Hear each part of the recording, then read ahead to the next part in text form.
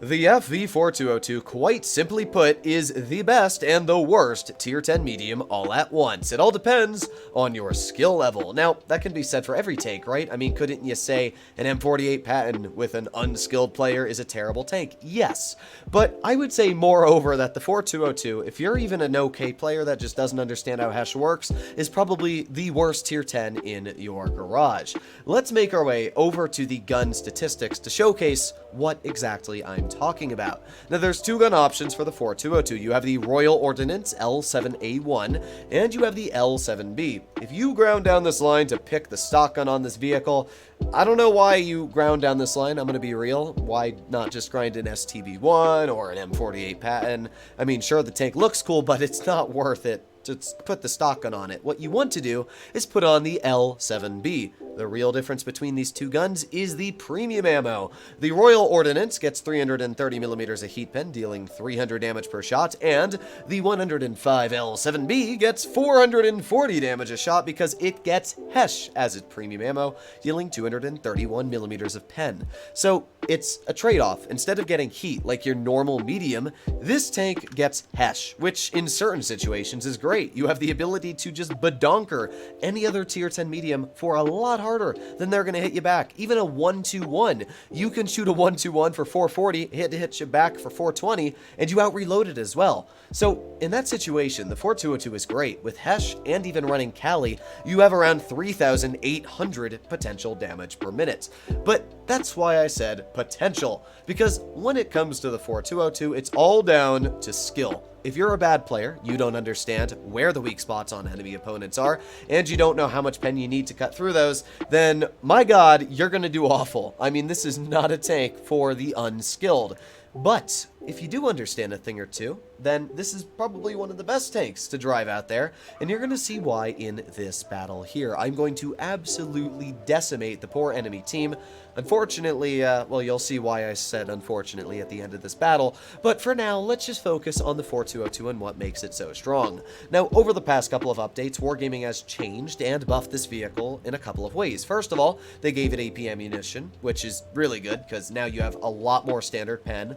As well, the 4202 got increased turret armor at the trade-off of worse dispersion, but honestly, the dispersion is still pretty good at .308, so I don't mind it too much.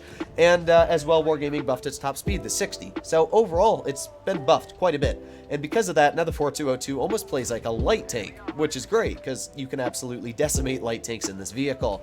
Now, the motion shoots us, I kind of expected that, but I wasn't too sure.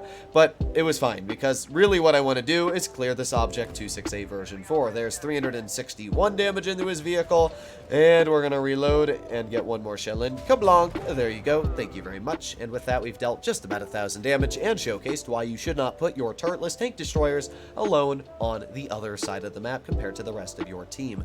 Now, to be real, if that 268 had actually pushed towards D, we might have actually won this game because I would have been able to push there a little bit sooner and help out. But right now, what I'm going to do is I'm going to try and deal with this motion, or motion, if you want to be correct. Now, the reason why I'm going to deal with this guy is, sure, might not be the biggest threat, pretty slow, but I don't want to have to deal with him later. If I leave 2,400 hit points on the table and I have to deal with this later, yeah, that's just not something I really want to do. So I'm going to clear the motion as quickly as possible. We're already up to 2,200 damage dealt. And I mean, you can see just how quickly the 4202 farms damage when you are running the Hesh. 2,700 damage dealt now.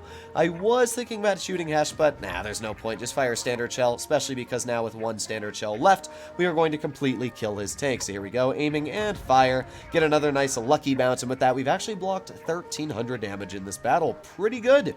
But here's the problem. My team, yeah, they don't really know what they're doing. Our Object 268 and 57 Heavy are all the way in the corner of the map, which isn't great alone there. I'm going to try and clear this Jagdpanzer so we get one shell into his vehicle, and I'm going to start reloading, trying to think of what I want to do here. I need to clear this Jag. That's what I've decided. Unfortunately, he turns actually at a pretty good spot. This rock kind of puts me in a very poor situation, so because of that, we bleed a lot of health. And I don't even know what shot me. Let me see. Oh, it's the Sheridan that's who shot me.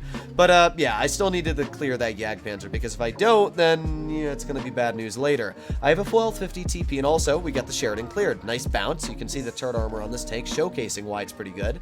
50 TP is doing his job as well, getting a nice pen into the E5. We're going to get a nice max roll into the enemy T92E1, and with that, we are up to 5,100 damage dealt. Now we're going to bounce the IS-4, unfortunately too, because if that shell had penned, we would have won this battle.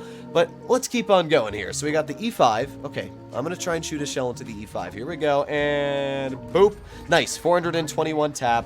And the 50 TP finishes him off. That's really, really good news. The 50 TP is still somewhat healthy, and that actually gives us a decent advantage of coming out on top here. The thing I have to worry about in this game is base capture. We are down 2 bases, and you could say go capture D, go capture C, but the problem is I'm really worried about that 92E1, because I'm a one-shot for him. If I go off on my own to capture a base, that T92 has a very high possibility of just killing me.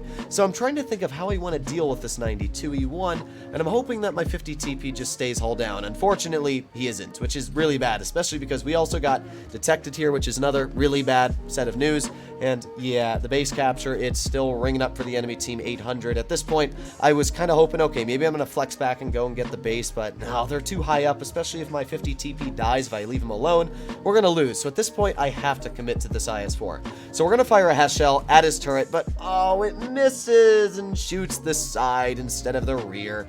That right there is another reason why we lost this game. Not only that, but it literally did 0 damage as a Hess shell.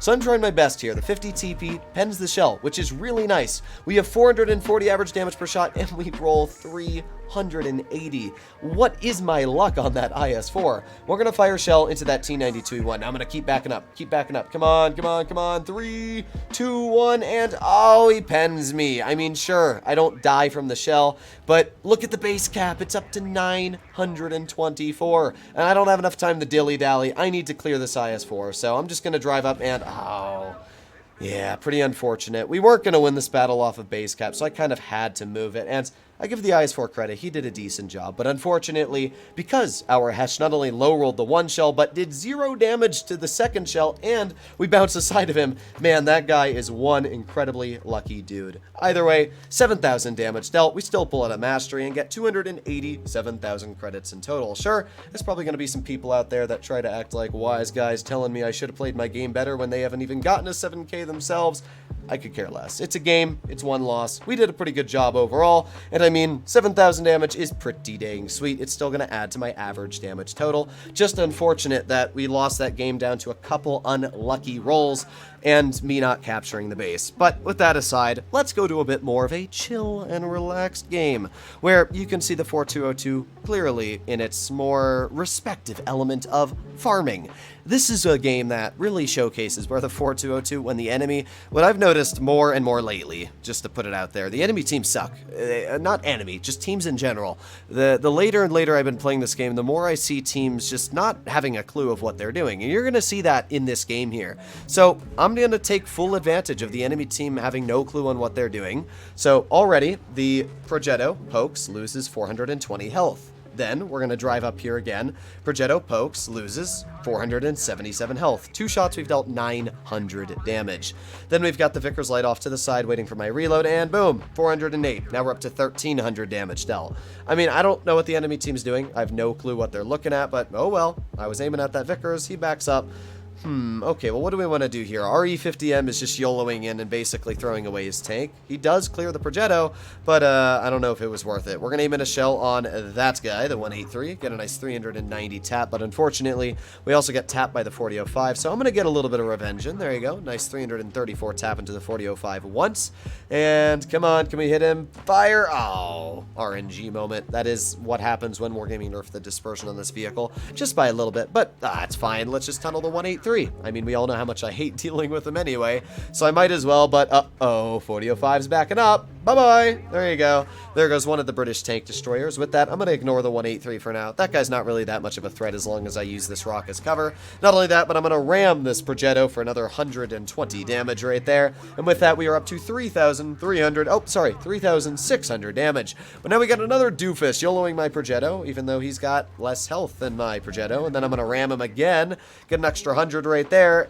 We're up to 4,000 damage dealt, and now I'm going to ignore him and let my Progetto finish him off and start farming the 183. There's a 400 damage tap into the 183 once, up to 4,500 damage dealt. And, okay, well, what do I want to do here? Well, 183 is still some free damage, and he can't even see me, so we're going to fire a Hess shell right at his turret cheek. Unfortunately, low rolls by a bit, but who cares? We're up to 4,900 damage dealt, and come on. Come on. Yes, there you go. 5,200 dealt, and another fantastic battle to showcase the farming capabilities of the 4202. I mean, it's literally like farming simulator some of these days. Just, all right, Earl, gotta tend to the crops, gotta make sure they are cut and trimmed, and that's really how I feel about this tank. It farms everything when enemy teams don't know what they're doing. So, the 4202, as I said, it is the best and the worst tier 10 in the game.